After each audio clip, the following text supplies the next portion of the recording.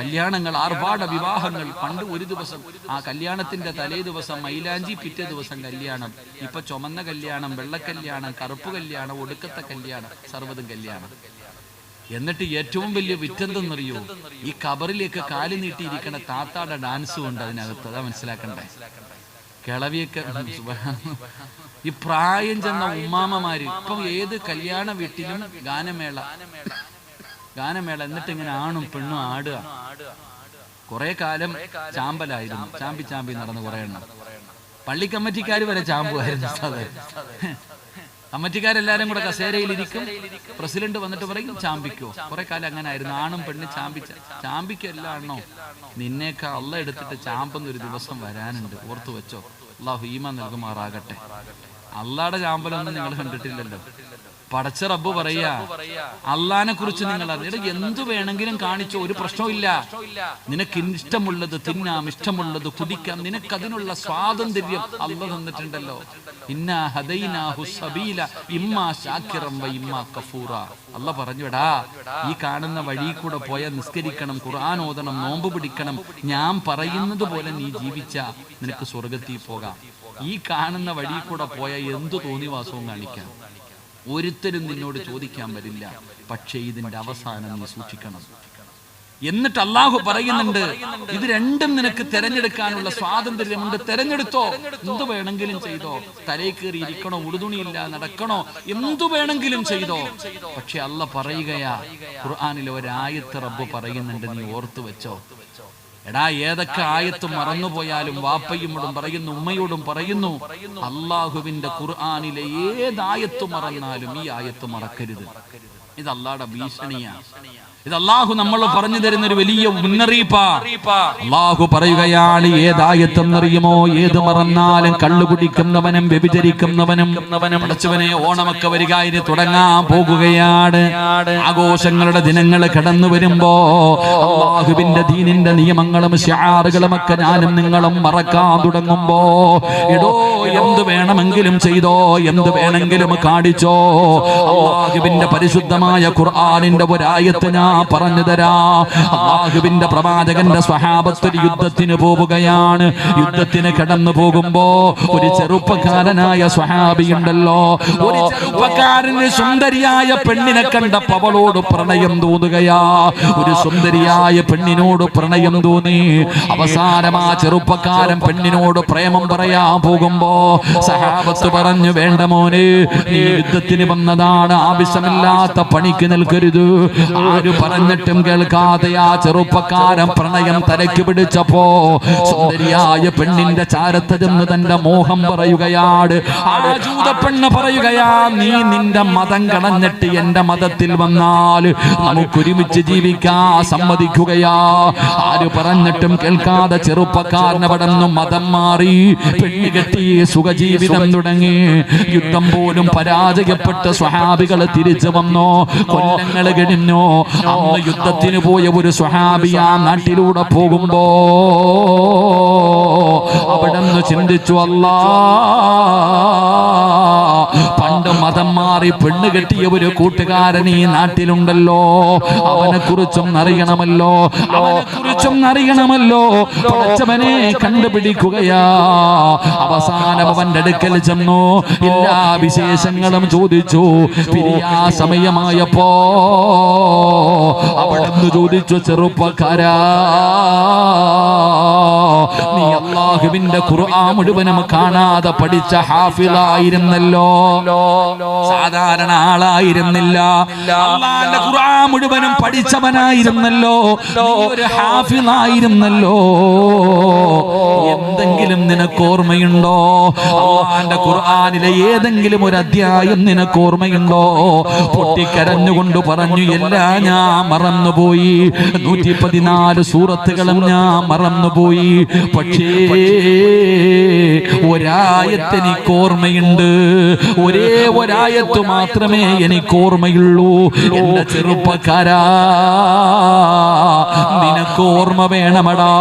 മുടി വളർത്തിക്കൊണ്ട് നടക്കുന്നവന്, കള്ളും കഞ്ചാവും അടിക്കുന്നവന്, മയക്കുമരുന്ന് ഉപയോഗിക്കുന്നവന്, അല്ലാഹുവിന്റെ ദീനിന്റെ നിയമങ്ങൾ മുഴുവനും കാറ്റിൽ പറത്തുന്നവന്, അല്ലാഹു തരുന്ന അനുഗ്രഹങ്ങൾ മുഴുവനും ഇരുകരങ്ങൾ നീട്ടി സ്വീകരിച്ചിട്ട് നന്ദിയില്ലാത്തവനെ പോലെ പടച്ചറപ്പിനെ പുറങ്കാല് കൊണ്ട് ചവിട്ടികെട്ട് നടക്കുന്ന മുസ്ലിം പണ്ട്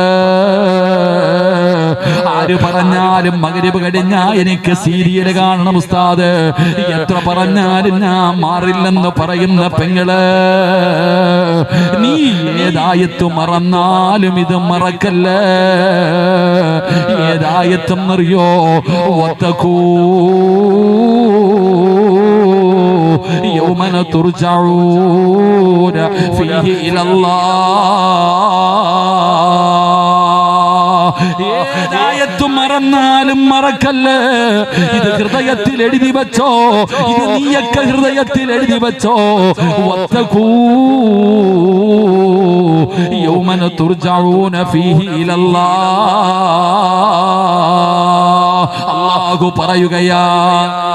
അല്ലാഹു പറയുകയാ, ഒരു പഴഞ്ചൊല്ലുണ്ട്, ഓൻ തോടിയ എവിടെ വരെ ഓടും. നമ്മുടെ നാടൻ ഭാഷ പറയുമല്ലോ, എടാ ഓൻ തോടിയ എവിടെ വരെ ഓടും. അല്ലാഹു പറയുകയാ, നീ പോയാ എവിടെ വരെ പോകും. അല്ലാഹു പറയുകയാ, നീ എവിടെ പോയാലും എന്റെ മുന്നിൽ തന്നെ നീ തിരിച്ചു വരും. ഇത് അല്ലാഹ് പറഞ്ഞതാ. നീ എവിടെ പോയാലും എന്റെ മുന്നിൽ വരുവടാ.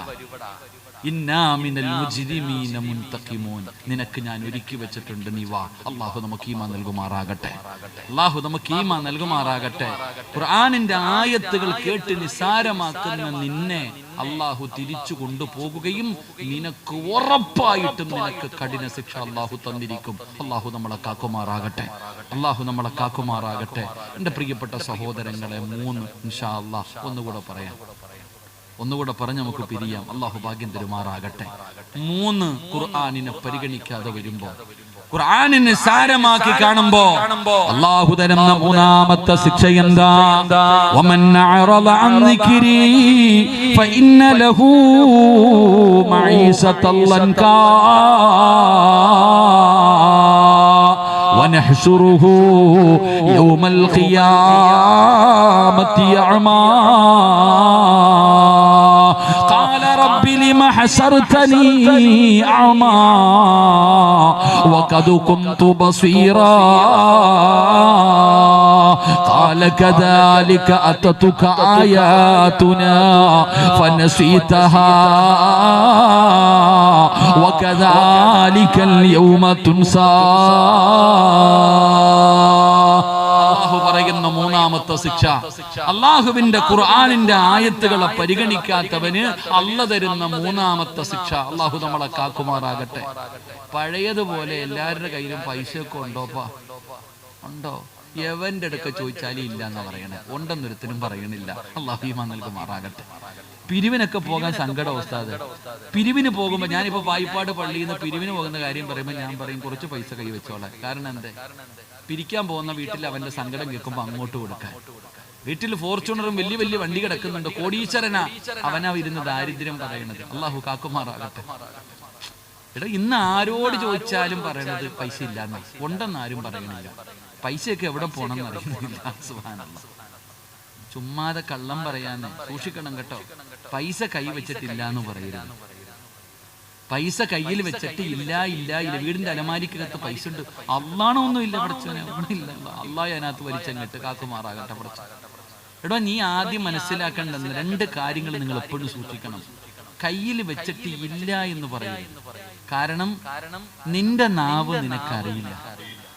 നിന്റെ നാവിന്റെ വില എന്താണെന്ന് നിനക്കറിയില്ല. ഉദാഹരണം പറഞ്ഞാല്, ഇപ്പൊ പണ്ടൊക്കെ ചില ഉമ്മാമ്മമാരുണ്ട്, അവരിങ്ങനെ പാപ്പമാരൊക്കെ റോഡിൽ കൂടെ പോകുമ്പോ ഒരു വാഴ ഇങ്ങനെ കൊലച്ച് നിൽക്കുക, വല്ലാത്ത കൊല. അപ്പൊ ഈ ഉപ്പാപ്പ പറഞ്ഞു, എന്തൊരു കൊലയാടാ ബോക്കറ ഇത്, പടച്ചവനല്ല. ഒരൊറ്റ പറച്ചല. അവിടെ ഒരു കൊല നിന്നതിന്റെ അസറ് പോലും പിന്നെ കാണാറില്ല, കരിഞ്ഞങ്ങ് പോകും. അതുകൊണ്ടാ പറഞ്ഞത്, കണ്ണാടിയിൽ നോക്കിയിട്ട് എനിക്ക് ഗ്ലാമർ കൂടുതലാണെന്ന് നമ്മൾ പറയരുത്. സ്വന്തം മുഖം കണ്ണാടി നോക്കിയിട്ട് പടച്ചോനെ എനിക്ക് എന്നാ ഗ്ലാമർ പറയരുത്. കാരണം നിന്റെ നാവിന്റെ ഹിതം നിനക്കറിയില്ലല്ലോ. അള്ളാഹു കാക്കുമാറാകട്ടെ. അപ്പൊ നീ കയ്യിൽ പൈസ വെച്ചിട്ട് പറയുക എന്റെ കയ്യിൽ ഒന്നുമില്ല. അല്ല നിന്നെ അങ്ങനെ ആക്കിക്കളയും. അള്ളാഹു കാക്കുമാറാകട്ടെ. ഈ രണ്ട് എപ്പോഴും മലക്കുകൾ കൂടെ ഉണ്ടാകുന്നു. നമ്മുടെ കൂടെ എപ്പോഴും മലക്കുകൾ കൂടെയുണ്ട്. നീ നിന്റെ കയ്യിൽ ഒന്നുമില്ല എന്ന് പറയുന്ന സമയത്ത് മലക്കുകൾ എങ്ങാണ് ആമീൻ പറഞ്ഞാൽ നീ എത്തിങ്ങാനായി പോകും. അള്ളാഹു കാക്കുമാറാകട്ടെ. എടാ ഉണ്ടെങ്കിൽ കൊടുക്കില്ലെങ്കിൽ കൊടുക്കണ്ട. എന്റെ കയ്യിൽ ഞാൻ ഇത്രേ ഉള്ളൂ, ഉള്ളപ്പോ തരാം. അന്തസ്സല്ലേ. എന്തിനീ കള്ളത്തരം പറയണ? എന്തിനാ? തമാശയ്ക്ക് പോലും പറയാൻ പാടില്ല എന്ന കള്ളം. നബിതങ്ങൾ പറഞ്ഞു, പെണ്ണുങ്ങളൊക്കെ ഞാനിങ്ങനെ ശ്രദ്ധിക്കാറുണ്ട്. നബി ഉമ്മസലമയാണെന്ന് തോന്നുന്നു റളിയല്ലാഹു തആല അൻഹ. മഹാൻ മഹദിയുടെ വീട്ടിലേക്ക് എങ്ങാണ്ട് നബി ഒരിക്കൽ പോകുമ്പോ വീടിന് പുറത്ത് നിന്നിട്ട് കുട്ടി കളിച്ചോണ്ടിരിക്കുക. ഉമ്മ പറഞ്ഞു, ഇങ്ങ് വാ മോനെ, നിനക്ക് ഞാനൊരു സാധനം തരാം. അപ്പൊ നബിതങ്ങൾ ചോദിച്ചു, ഉമ്മസുലി നീ വല്ലതും കൊടുക്കാനാണോ വിളിച്ചേ? ഒന്നുമില്ല നബിയെ, ഒരു കാരക്ക ഇരിക്കുന്നു, അതിന്റെ പകുതി കൊടുക്കാന്ന് വിചാരിച്ചു. നബിതങ്ങൾ പറഞ്ഞു, നീ കൊടുത്തില്ലെങ്കിൽ നീ കള്ളം പറഞ്ഞതായി മലക്കുകൾ എഴുതി വെക്കുമെന്ന് നബിയിന റസൂലുള്ളാഹി. ഉമ്മ പറയാ, മൊബൈല് തരാം, വാടാ, നിനക്ക് അത് മേടിച്ചു തരാടാ എന്ന് പറഞ്ഞ് വിളിച്ചു കയറ്റും. കൊടുക്കുവോ? കൊടുക്കത്തില്ല. എന്തിനാടോ? ആകാശത്ത് കാണുന്ന അമ്പിളി അമ്മാവനെ കാണിച്ചിട്ട് ഉമ്മ പറയും, എന്തുകൊണ്ട് അത് ഞാൻ പിടിച്ചു തരായി ചോറുണ്ടായി. ഖിയാമന്നാള് വരാ തള്ളത് പിടിച്ചു കൊടുക്കും. ചുമ്മാതങ്ങ് പറയാ. ഇതൊക്കെ കള്ളം പറഞ്ഞതായി എഴുതുമെന്ന്. അല്ലാഹു നമ്മളെ കാക്കുമാറാകട്ടെ. ഞാൻ പറഞ്ഞു വന്നത്, എന്റെ പ്രിയപ്പെട്ട സഹോദരങ്ങളെ, പഴയതുപോലെ പൈസ ഒന്നുമില്ല നമ്മുടെ കയ്യിൽ. തികയുന്നില്ലടോ, അത് പറഞ്ഞാൽ മതി. പൈസ ഒക്കെ ഇഷ്ടം പോലെ ഉണ്ട്, തികയുന്ന. ഈ വയല് കേൾക്കാൻ വന്നില്ല. ഈ ഉറൂസിന്റെ അവസാന ദിവസം, ഈ ആണ്ട് നേർച്ചയുടെ അവസാന ദിവസം നിങ്ങൾ സിറായിന്റെ വയല് കേൾക്കാൻ വന്നയാണോ? അല്ല. ഈ ഇരിക്കുന്നതിൽ 99% പേരും വന്നത് സമാധാനമില്ല, കച്ചവടമില്ല, രോഗം, ബുദ്ധിമുട്ട്, പ്രയാസം. മഹാന്റെ ഉറൂസല്ലേ, വന്നിരുന്ന ചിലപ്പം മാറിയാലോ. നമ്മുടെ പ്രശ്നങ്ങൾക്ക് ഒരു പരിഹാരം ഉണ്ടാകുമല്ലോ. ഇതിനാ നമ്മൾ വന്നത്. അള്ളാഹു പരിഹാരം നൽകുമാറാകട്ടെ. ഇടോ, ഇന്ന് ലോകത്ത് ഇല്ലാതെ പോയിരിക്കുന്ന ഒരു സാധനം മനസമാധാനമാണ്. ഇത് പൈസ കൊടുത്താൽ കിട്ടുമോ? കിട്ടത്തില്ല. ഇത് അള്ള തരണം. നിനക്ക് കിട്ടൂല. കടത്തിനായി കിടക്കുന്നവന് ചിലപ്പോൾ അത് കിട്ടും. അള്ളാഹു ഈമാൻ നൽകുമാറാകട്ടെ. ഈ തമിഴ്നാട്ടിൽ നിന്ന് വന്ന് റോഡ് കുഴിക്കണ ആൾക്കാരെ കണ്ടിട്ടില്ല. ഭാര്യയും ഭർത്താവും കൂടെ രാവിലെ മുതൽ വൈകുന്നേരം വരെ കുഴിയെടുക്കും. 500 1000 കിട്ടും. രണ്ടുപേരും കൂടെ അതും മേടിച്ചുകൊണ്ട് ഏതെങ്കിലും പൈപ്പിന്റെ ചവിട്ടിയിൽ പോയി കുളിച്ചിട്ട് ഏതെങ്കിലും ഒരു തട്ടുകടയിൽ പോയിട്ട് നല്ല ഓംപ്ലേറ്റും പുളിസെല്ലാം കൂടെ മേടിച്ചങ്ങോട്ട് അടിക്കും. എന്നിട്ട് ലവ് ബേഴ്സിനെ പോലെ പിടിച്ചുകൊണ്ട് ഇങ്ങനെ അണ്ണാച്ചിയും പെണ്ണുമ്പിള്ളയും കൂടെ വരും. ഏതെങ്കിലും ഒരു കടത്തിണ്ണ കാണുമ്പോൾ കയറി അങ്ങോട്ട് ഉടുത്ത മുണ്ട പുതയ്ക്കണേ. അവർക്ക് കരണ്ട് ബില്ലില്ല, വാടകയില്ല, ടെൻഷനില്ല. കൊട്ടാരം കാണുമ്പോൾ അസൂയയില്ല, ഒന്നുമില്ലടോ. ഓന്റെ ആ ജീവിതം. നീയോ കോടീശ്വരനാ. നീ ഈ നാട്ടിൽ ലക്ഷങ്ങൾ ചെലവഴിച്ചൊരു കൊട്ടാരം പണിതിട്ട് AC റൂമും ഡബിൾ കോട്ട് കട്ടിലും കറങ്ങുന്ന ലൈറ്റും മനോഹരമായ ഫർണിച്ചറും വെച്ചിട്ട് തിരിഞ്ഞും മറിഞ്ഞും കിടക്കുകയാ. അല്ലാഹു കാക്കുമാറാകട്ടെ. സമാധാനം ഉണ്ടോ? സമാധാനം ഉണ്ടോ? ഇല്ല. എന്തേ കാരണം? നീ അതിന്റെ കാരണം കണ്ടുപിടിക്കടോ. ഉസ്താദെ, കന്നിമൂലയ്ക്ക് എന്തോ കുഴപ്പം? കന്നിമൂലയ്ക്കല്ലടാ ചങ്ങാതി കുഴപ്പം. ഏത് ഉസ്താദന്മാർക്ക് സമാധാനം ഇല്ലാത്തത് കന്നിമൂലയുടെ? ഉസ്താദെ, വാതിൽ എങ്ങോട്ട് വരുന്നതിൽ കുഴപ്പമുണ്ടോ? കക്കൂസ് ഇവിടെ വരുന്നതിൽ കുഴപ്പമുണ്ടോ? അടുക്കള അങ്ങോട്ടാ നിൽക്കണം, പിന്നെ എങ്ങോട്ട് നിൽക്കണം? നിന്റെ നെഞ്ചത്തോട്ട് നിൽക്കണം. ആണ് ഇപ്പൊ വസ്വാസിൽ ഖന്നാസായി മാറിയിരിക്കും. ഇപ്പൊ എല്ലാത്തിനും കന്നിമൂല ഇല്ല എന്നൊന്നും ഞാൻ പറയണില്ല. കന്നിമൂലയൊക്കെ ഉണ്ട്, അത് വേറെ വിഷയം. കന്നിമൂല കഴബാലയത്തിന് പോലും ഉണ്ടല്ലോ, അത് ഇല്ല. ഇത് മാത്രമല്ലടോ വിഷയം. ഇത് മാത്രമല്ല വിഷയം. നിന്റെ വീട്ടിലെ ഏറ്റവും വലിയ പ്രശ്നം എന്താണെന്ന് നീ കണ്ടുപിടിക്ക്. അള്ളാഹു എന്നിട്ട് പരിഹരിക്കുക. അള്ളാഹു ഈമാൻ നൽകുമാറാകട്ടെ. അള്ളാഹ് ഈമാൻ നൽകുമാറാകട്ടെ. എന്റെ അടിസ്ഥാന ഇടയ്ക്കിടയ്ക്ക് തലവേദന വരുന്നുണ്ട്. മെഡിക്കൽ സ്റ്റോറിൽ പോയിട്ട് തലവേദന ഉണ്ടാകുന്നു. വേദനയുടെ ഗുളിക കഴിച്ചാൽ താൽക്കാലികമായിട്ട് വേദന മാറും, അത്രയേ ഉള്ളൂ. പിന്നെയും വരും. എന്നാൽ ഈ തലവേദന ഉണ്ടാകാനുള്ള അടിസ്ഥാനപരമായ കാര്യം എന്താണെന്ന് കണ്ടുപിടിച്ച് ചികിത്സിച്ചാൽ ഇത് മാറും. ഇതുപോലെ നിന്റെ വീട്ടിൽ നോക്കിക്കേ, ഭാര്യയും ഭർത്താവും ഒരു പുതപ്പിന്റെ കീഴിൽ ഒരു കട്ടിലിൽ ചേർന്ന് കിടക്കുന്നു. പക്ഷെ കണ്ടാ കീരിയും പാമ്പിനെ പോലെ. സ്നേഹമില്ല, അടി. പടച്ചവനെ, ദേശീയൊക്കെ വരുമ്പോ വിളിക്കണത് കൊടുങ്ങല്ലൂർ ഭാഗത്തുള്ള ഭാഷയാ. എന്നാ വിളിക്കണമെന്നറിയില്ല. കബറി കിടക്കണ വാപ്പായെ പോലും വെറുതെ വിടത്തില്ല. അങ്ങനത്തെ പടച്ചവന് കേസ് കൊടുക്കും. അടിച്ചു പിരിഞ്ഞു കഴിഞ്ഞാൽ കോടതിയിൽ പോയിട്ട് പറയും, എന്റെ ഭർത്താവിന്റെ എഴുന്നേക്കാൻ പറ്റാത്ത വാപ്പ വരെ എന്നെ പീഡിപ്പിച്ചെന്ന് പറയും. അള്ളാഹു കാക്കുമാറാകട്ടെ. അടിച്ചേക്ക്. ആ മനുഷ്യൻ നേരെ നിൽക്കാനുള്ള കപ്പാസിറ്റി ഇല്ല, അദ്ദേഹം വരെ പീഡിപ്പിച്ചെന്ന് കേസ് കൊടുക്കുന്ന കാര്യം ഇതാ. എന്നാ ഉമ്മ ചോദിക്കും, ഒരു ഉമ്മയുടെ വയറ്റിൽ കിടന്ന കൂടപ്പുറപ്പുകൾ ഇന്ത്യയും പാകിസ്ഥാനും പോലെ. ഉമ്മ തന്നെ ചോദിക്കുന്ന, എടാ നിങ്ങൾ കൂടപ്പുറപ്പായിട്ട് ഇങ്ങനെ തല്ലുന്ന എന്തിനാടാ? എടോ, നമുക്ക് പൈസ ഉണ്ട്, തിന്നാ വയറ് നിറയുന്നുണ്ടോ? മട്ടൻ മന്തി തിന്നിട്ടും നിറയുന്നില്ല. എടാ കേറി കിടന്ന് ഉറങ്ങാൻ പറ്റുന്നുണ്ടോ? ഉറക്കമില്ല, സമാധാനമില്ല. എന്തേ അതിന്റെ കാരണം? അല്ല പറഞ്ഞു, ഞാൻ നിനക്ക് തരില്ലടാ സമാധാനം. അല്ല തരൂല. നിന്റെ ദുനിയാവ് അല്ലാഹു ഞെരുക്കമാക്കും, ഇടുക്കിക്കളയും. നിന്നെ സമാധാനത്തോടെ മരിക്കുന്ന കാലം വരെ ജീവിക്കാൻ അല്ലാഹു സമ്മതിക്കില്ല. കാരണം നീ അള്ളാന്റെ കലാമിനെ കളിയാക്കിയവനാ. റബ്ബ് നമ്മളെ കാക്കുമാറാകട്ടെ. അല്ലാഹു നമ്മളെ കാക്കുമാറാകട്ടെ. നിർത്താറായ? 10 മണിയായി. നിർത്താറായ? പിന്നെന്തിനാ വാച്ച് പൊക്കി നോക്കണേ? ഞാൻ പറഞ്ഞില്ലേ ഞാൻ 10:30 നിർത്തും. അല്ലാഹു ഈമാൻ തരുമാറാകട്ടെ. ഞാൻ ഇരുന്നോട്ടെ ഇപ്പൊ? ഇരുന്ന് പറഞ്ഞോട്ടെ, കുഴപ്പമൊന്നുമില്ലല്ലോ. അല്ല, ചിലർക്ക് ഇഷ്ടമല്ല, അതുകൊണ്ട് തങ്ങളൊന്നും ഇരുന്നോട്ടെ.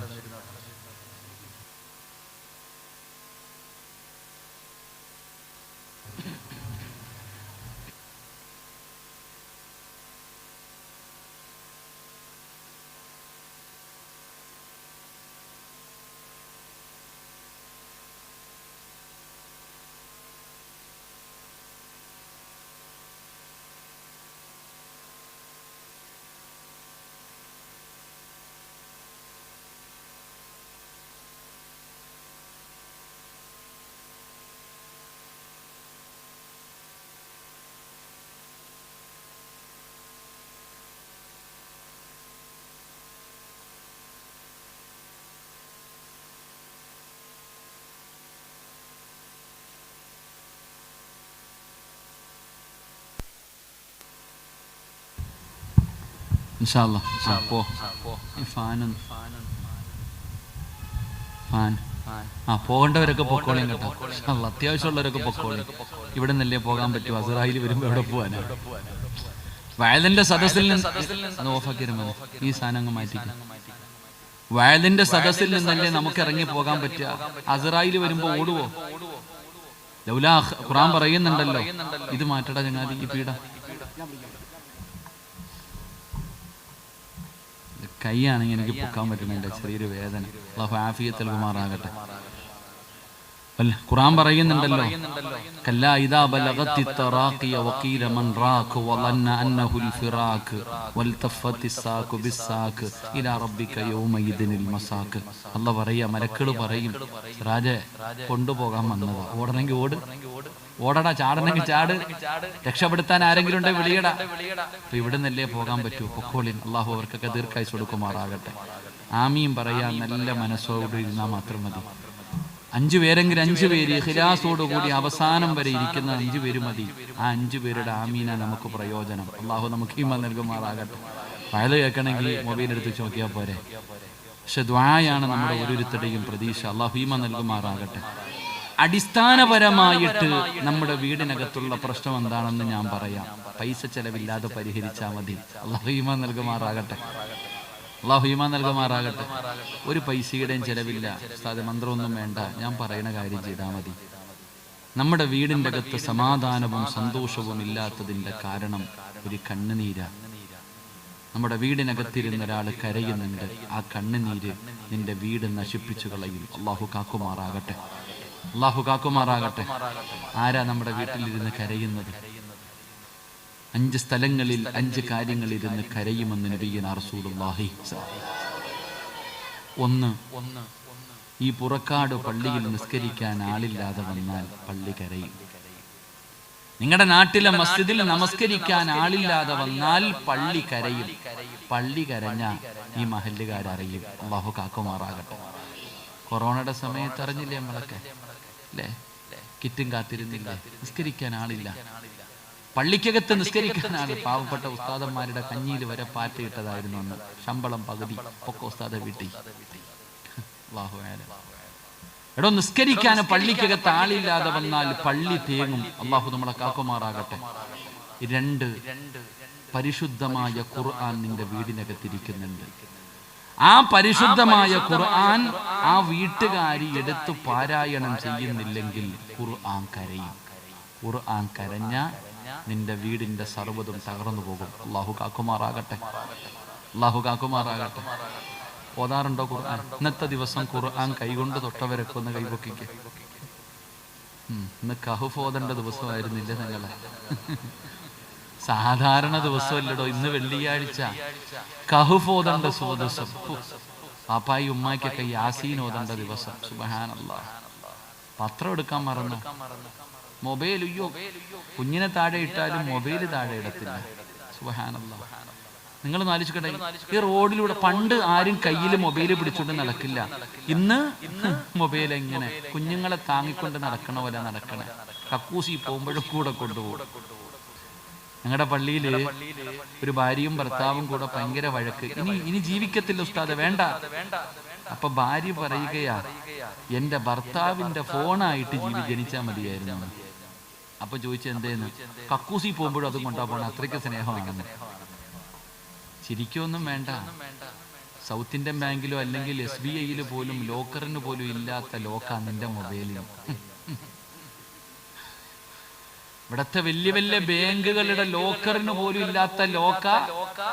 കേറണമെങ്കിൽ ഒരു ലോക്ക്, ഗാലറി കയറണമെങ്കിൽ അടുത്തത്, വാട്സപ്പിൽ കയറണമെങ്കിൽ അടുത്തത്. എന്റെ റബ്ബേ, സെൻട്രൽ ലോക്ക്. സുബ്ഹാനല്ലാഹ്. അല്ലാഹു നമുക്ക് ഈമാൻ തരുമാറാകട്ടെ. എടോ സഹോദര, വീടിനകത്തിരുന്ന് ഖുർആൻ കരയുകയാ. അള്ളാന്റെ ഖുർആനിന്റെ ശാപം കിട്ടിയ നീയൊക്കെ രക്ഷപ്പെടുവോ? ഒരു സാധാരണ ഒരു മനുഷ്യന്റെ ശാപം കിട്ടിയാലേ രക്ഷപ്പെടത്തില്ല. പിന്നെ ഉസ്താദന്മാര്, പിന്നെ തങ്ങന്മാര്. സുബ്ഹാനല്ലാഹ്.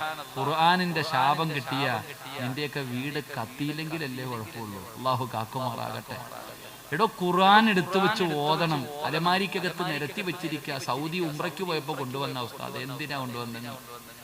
ശാപം വാങ്ങാനും. എടോ, ഖുർആൻ ഉണ്ടെങ്കിൽ അത് നീ തുറന്നേ പറ്റൂ.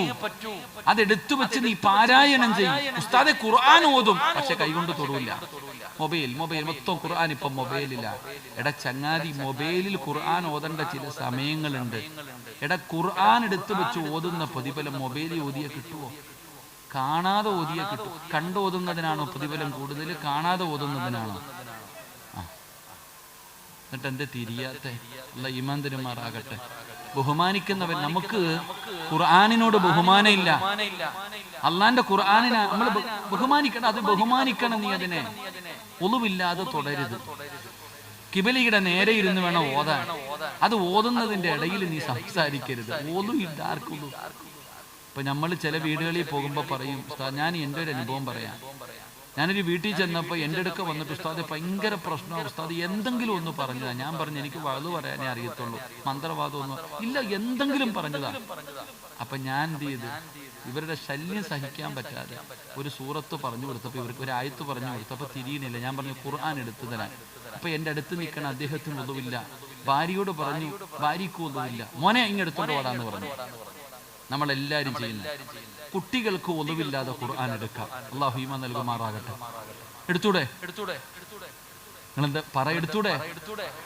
കുട്ടികൾക്ക് ഖുർആൻ എടുത്തൂടെ ഒളിവില്ലാതെ? എപ്പോ? എപ്പോ?